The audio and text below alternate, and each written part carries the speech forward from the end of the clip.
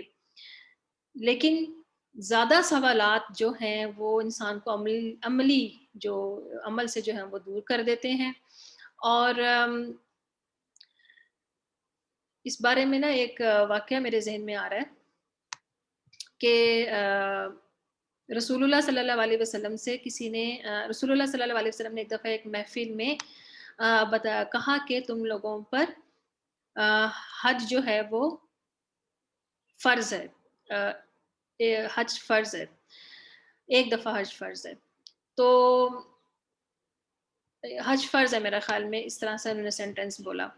تو ایک آدمی نے پوچھا کہ کیا ہر سال، مطلب سال میں ایک دفعہ، یعنی کہ ہر سال میں فرض ہے؟ تو رسول اللہ صلی اللہ علیہ وسلم نے خاموشی اختیار کی، وہاں پر کوئی جواب نہیں دیا. 3 دفعہ اس آدمی نے پوچھا، تو اس کے بعد آپ صلی اللہ علیہ وسلم نے فرمایا کہ اگر میں ہاں کہہ دیتا تو تم لوگوں پر یہ لازم ہو جانا تھا. تو اس اسی لیے رسول اللہ صلی اللہ علیہ وسلم اپنی امت پر بہت شفیق تھے. تو اب آپ اس چیز کا اندازہ لگا لیں کہ بعض لوگ ساری اپنی زندگی کی کمائی اکٹھی کر کے بھی زندگی میں ایک دفعہ حج نہیں کر پاتے، جنہوں نے خصوصی طور کے اوپر دور سے جانا ہوتا ہے. تو کہاں اگر سال میں ہر سال فرض ہو جاتا، نمازیں نہیں لوگ پوری پڑھتے، تو اگر سال میں ہر سال حج فرض ہو جاتا تو آپ اندازہ لگا لیں کہ کیا کتنی اذیت ناک چیز ہو جانی تھی، مشکل کتنی ہو جانی تھی. تو اسی طرح امام مالک کے بارے میں بھی آتا ہے کہ وہ اپنی محفل میں ناپسندیدہ اور بے تکے سوالات جو تھے وہ پسند نہیں کرتے تھے، اور ان کا سخت رویہ ہوتا تھا اس بارے میں. جس میں سے ایک میں نے آپ کو پیچھے بتایا بھی تھا، جب کسی نے استوا کے بارے میں ان سے جب سوال کیا تھا تو انہوں نے اس کا کیا جواب دیا تھا. مطلب پہلے تو استوا کا بتا دیا کہ وہ معلوم ہے، وکیفہ یعنی کہ اس کی حالت کیسی ہے وہ مجہول ہے، اور اس پر ایمان جو ہے وہ واجب ہے. اور پھر بعد میں جو انہوں نے اس بندے کو یہ کہا کہ اس پر سوال کرنا بدعت ہے. کیوں بدعت ہے؟ صحابہ نے نہیں کیا. یہ ہم اس کا جاننا یا نہ جاننا ہمارے عمل میں اس سے کوئی تبدیلی نہیں آئے گی. یعنی کہ یہ عملی طور کے اوپر اس چیز سے جو ہے ہمیں کیا فرق پڑ رہا ہے. اور پھر اس شخص کو انہوں نے کہا تھا خریجو، نکل جاؤ میری محفل سے. تو یہ سوال جو ہے وہ وہ کہتے ہیں نا سوال آدھا علم ہے.